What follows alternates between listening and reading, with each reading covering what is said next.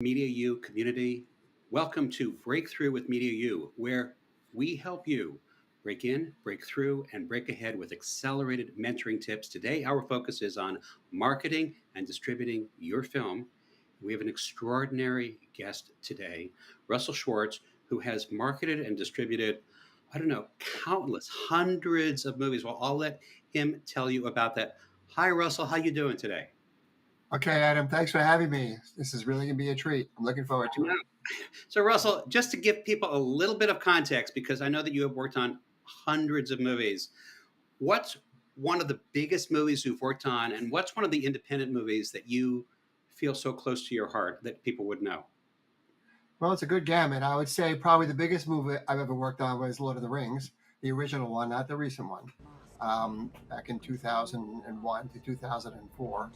Um, an amazing experience. That's a whole other lecture and story we can talk about. And I guess probably amongst the more independent movies, since I've been involved in the independent cinema movement, going back to the 80s, was I think probably Fargo, Big Lebowski, working with the Coen brothers as they were breaking out. Probably the most satisfying experience, even though there's many tales to tell about working with them. But again, we'll save those for later. Those will be another show, and I can't wait to do that show with you. Well, it is the beginning of the year, which means it is the beginning of festival season.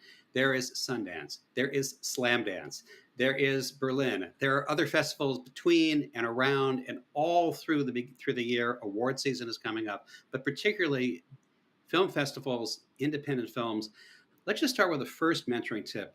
Let's say you have a film and you are fortunate enough to get into one of these festivals and you actually are offered a distribution deal. What mentoring tip or tips could you give to the filmmakers? Well, if you are one of the chosen few, and that's usually about 3% of all the movies that actually get into Sundance or Slam Dance, I'll keep them both together, even though they are distinctly very different festivals, but they all happen up and down, in Park City at the same time. The most important thing probably is to make sure that you have what I would call your marketing playbook. So when you are approached by a distributor or you start negotiating with a distributor, it's most important to be able to know what kinds of assets you can bring to the distribution conversation, as well as what kinds of questions you want to ask to the distributor in terms of how they're marketing it. You should be prepared with a poster, a trailer, publicity background notes. How did you raise interest for your community? Do you have a GoFundMe page or an Indiegogo page? All these are really, really important assets. So when you actually have a conversation with a distributor, you can say, look, I have all this already. You can have it all. You can take it. Someone can make a deal. And I'd be very happy to work with you to, use some of it or all of it, or any suggestion that you guys have in terms of how we can expand that marketing platform. I'll be happy to do it. So that's really the most important thing. Wow, it's so much material. Uh, it feels like you make another movie alongside your movie, which is the marketing and distribution playbook that has to accompany your movie to actually go out and get it in front of an audience. Well, as a producer, you could probably really wear two hats, particularly on the indie side.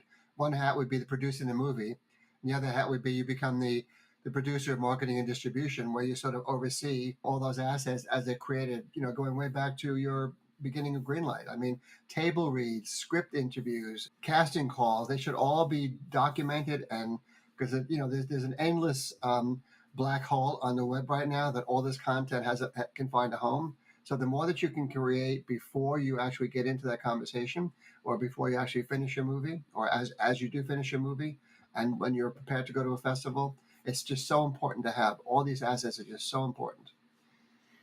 Okay, so mentoring tip, if you are lucky enough to be offered a distribution deal, is to come with that Google Drive folder or that Dropbox folder, which has an entire shipping container of all of your marketing assets, your marketing playbook that you can share with the distributor. So they want to make a deal with you, and they know that you know how to play the game, and you can work together. Let's turn to the 97% of people who are not offered a distribution deal.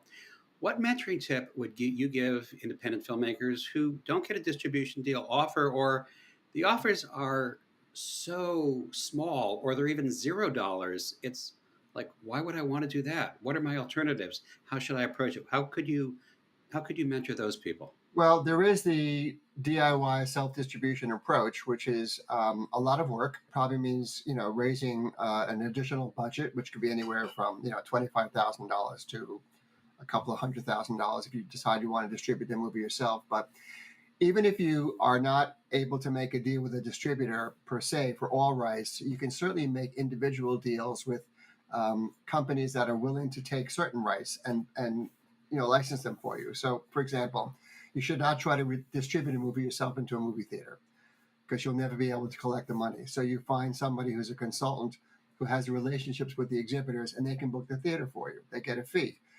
You may want to hire a publicity person who could also run the social media side, or you could do that part yourself. You could then work with an independent sales agent to help secure some of the international rights. So you can build your own team and actually exploit pretty much everything that you have. But again, it's a lot of work. It takes could take another year of dedication to your project. But a lot of filmmakers sometimes say, well, listen, nobody knows how to release my movie better or market my movie better than I do because I've lived with it for 2 years. So I will then go ahead and do it myself. And it's not always a successful venture, but then again, neither is traditional distribution. But again, if you really want to keep control and maintain control and do everything the way you want to do it, that's one of the ways to go. And Russell, I know that you and Catherine McDonald have gone into great detail on this in the marketing and Hmm. distribution roadmap for independent filmmakers program, which is currently on MediaU.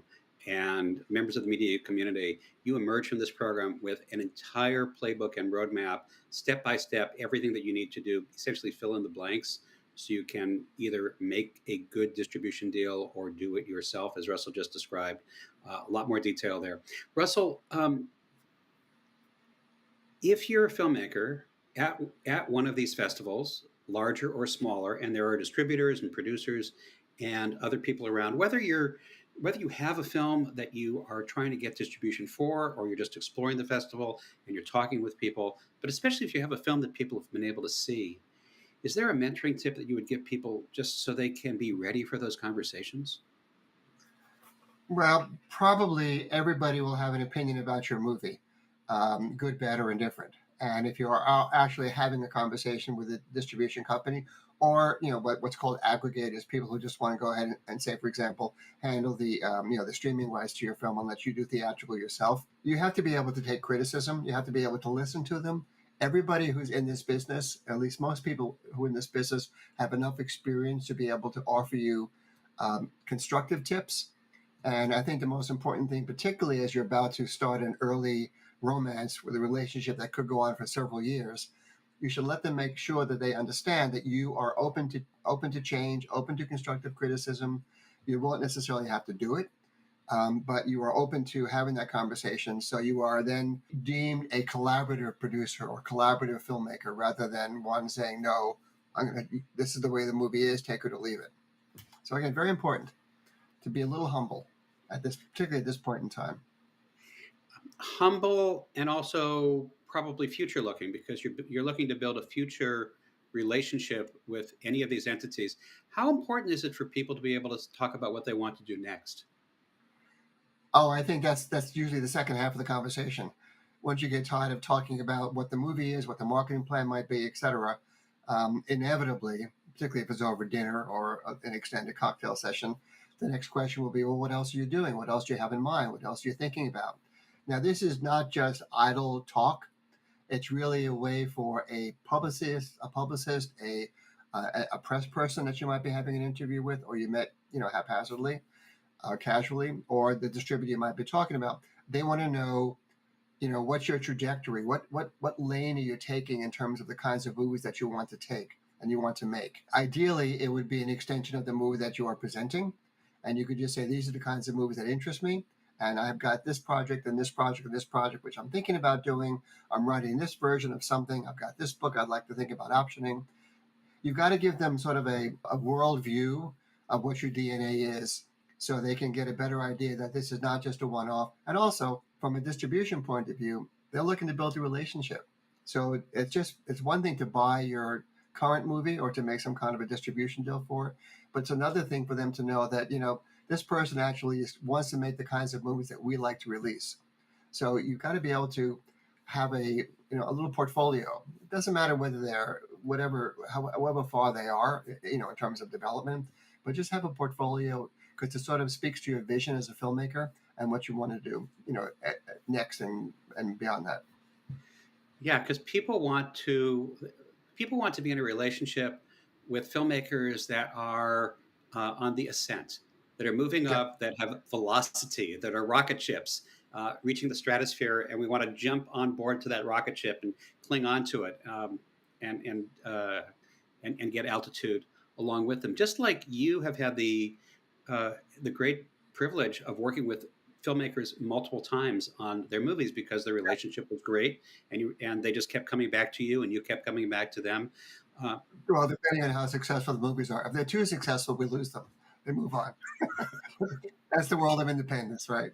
You do there we what you go. can. Yeah. Well, Russell, thank you so much. These are great mentoring tips. Community, we kept this brief because if you're at a festival right now, you are between a screening, a bar, a drink session, one meeting, and another meeting. So we just wanted to pull this together very quickly for you. We wish you a ton of success in your festival experiences. Russell, thank you so much for joining us today. Great to be here, and good luck, everybody. Sundance is a gruel, but you can't do it. You can't beat it.